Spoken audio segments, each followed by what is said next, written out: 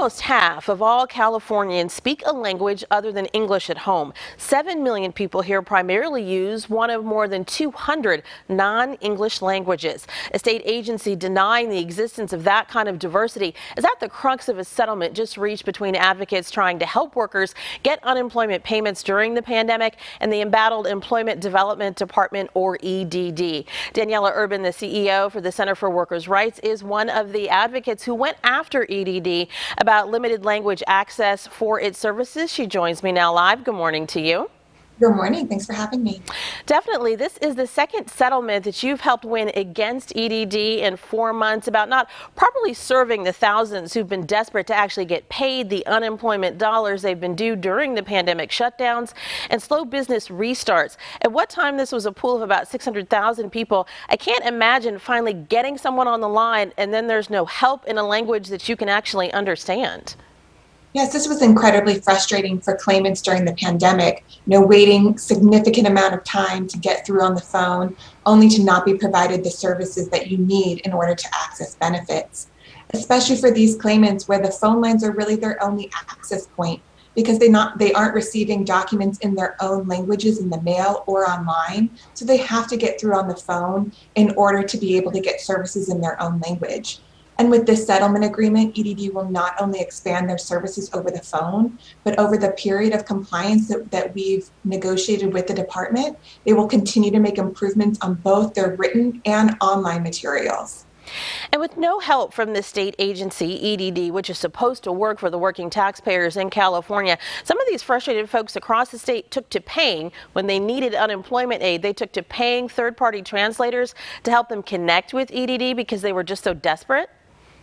Yeah, unfortunately, there's a common practice in accessing unemployment benefits in immigrant communities where community members will pay notarios or other types of advocates to process their applications.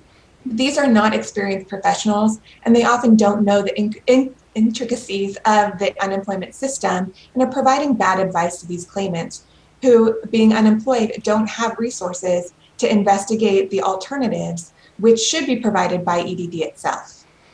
To me, EDD has provided very limited comment about the problems that led to this settlement, saying that they're now, quote, partnering with the Center for Workers' Rights and several other groups and not answering why they weren't following state and federal anti-discrimination laws regarding language access that were on the books.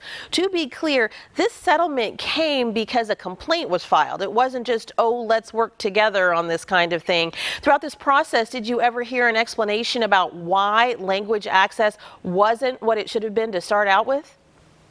Well, having advocated with EDD for many years on language access, the department has been hesitant in past years to make the significant improvements they needed to their systems.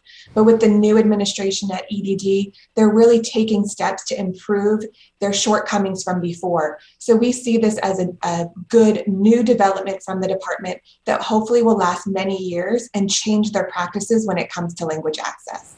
Providing real-time spoken and sign language services through qualified interpreters or multilingual staff for unemployment claims is one remedy required by this settlement. What else? Another requirement will be the ability to access documents in language via an online portal that will roll out next year. And then we'll continue to work with them through the modernization process that EDD is undergoing to get written materials to be sent in language to claimants. And we're running short on time, but just quickly, when it comes to that infamous backlog and the unchecked fraud that have plagued EDD during the height of the pandemic, how are they handling those issues now in your estimation? Is all of that fixed?